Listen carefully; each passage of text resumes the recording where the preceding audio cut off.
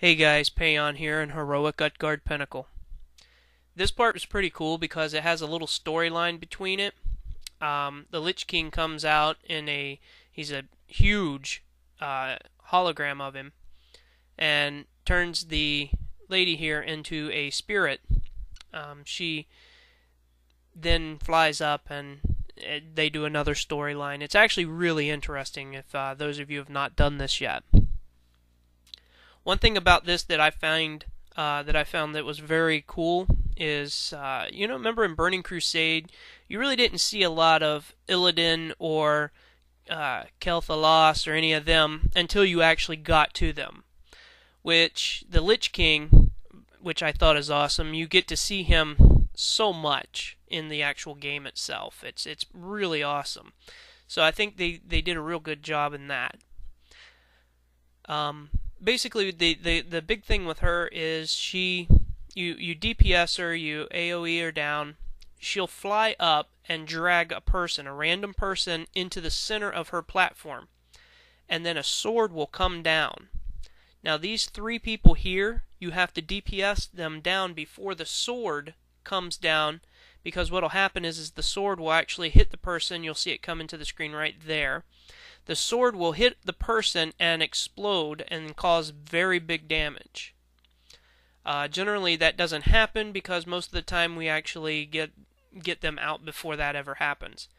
While she's in the air though, the ranged DPS can continue to strike her, like the Shadow Priests and the Hunters and stuff, mages, and a lot of the melee and the tank is, they're down there trying to get the three that's holding the person hostage DPS down.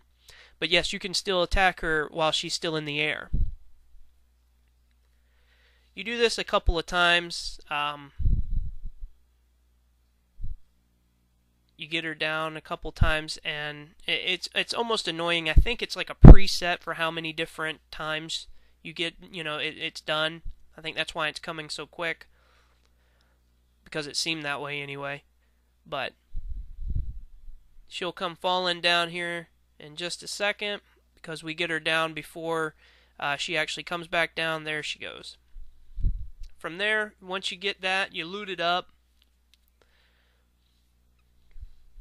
I'm just kind of basically going to show you a lot more than just the boss fights in here, because the trash in here is pretty cool, but still not like it's not bad.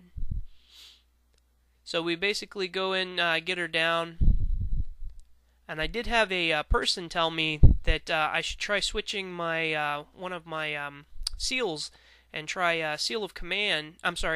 Seal of Vengeance instead of the one I was using. And so I tried it out. Figured, well, I'll give it a shot and see what happens. And it's comments like that that really, hey, if it helps me out, great. I don't know everything about paladins. I read a lot on, what I should try to use and which ones I should. But guys, if you guys have any questions or comments that that's worked for you and helped you out, terrific. I'll use them. I want to. So here's the trash mobs here for the second boss. You go and you summon the orb, and the orb will fly out. From there, you'll see these four giant beasts. It'll just randomly choose one, and what it'll do is it will unfreeze them. And we get the wolf/bear looking thing.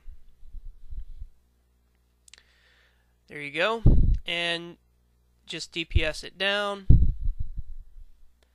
These guys go down pretty easily. It's not too bad.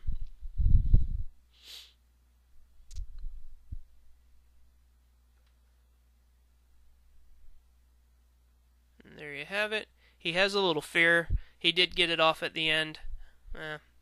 I hate fears. Everybody knows that. The next one we're going into is the worm. The worm is it's pretty cool. He again, not too hard. He does summon some non-elite ads that you'll want to pick up on your consecrations.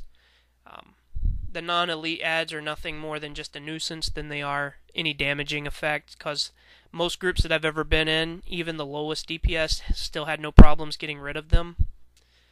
They go down real quick. Then you got the Wolf, or the Worgen, I guess they're new, or I'm sorry, now called. The Worgen, basically, you just he has nothing I can think of that's any special abilities. He does does do a little bit of damage, but nothing severe. But you see, they're going down really easily. They're going down pretty quick. So this is not a big deal. Then from there you go into the rhinoceros-looking guy, and he has a nasty stomp, which the stomps are about the only thing that I'd say he has that's pretty damaging. Other than that, he does a random charge where he will just randomly charge somebody. He does come right back up, then you just pick him up and DPS him down. Then you got the main boss. This guy is the main boss for this room. Now normally I do turn him, turn my back to him. I didn't do it this time, so that's fine. We didn't have a bad group, so this was actually a pretty nice fight. But he has a harpoon which he will throw at a random targeted party member. That harpoon will do some damage. So people like healers and stuff, just be on your toes whenever you're healing. Other than that, this guy's also a real easy fight, real nice, clean, nice way to get down real quick. Nothing to it. Down he goes, drops a nice ring.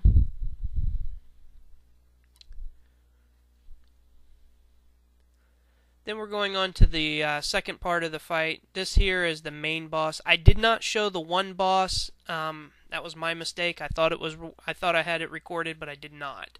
So this is the actual main boss. This is the one we have to kill. Once you kill all the ads, he will summon. He will basically fear you, and you'll cower in fear while he goes and unlocks a special thing to the side. There's 4 pallets to the side that he does. Now this one, it will summon an orb which will take damage after. I actually, unfortunately, got I cowered in the middle of the actual orb, so I took some pretty good damage there. The second part of it, he does another phase where I guess these are things that help buff him to keep him alive and help kill the rest of us. He'll cower, go to the next one, then you DPS him down.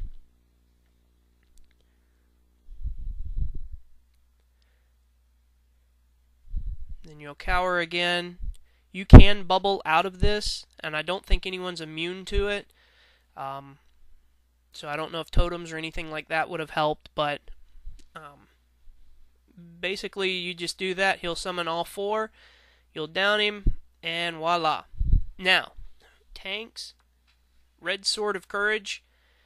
You'll notice in a lot of my older videos, I say older, but a lot of my older videos have I am using that Red Sword of Courage.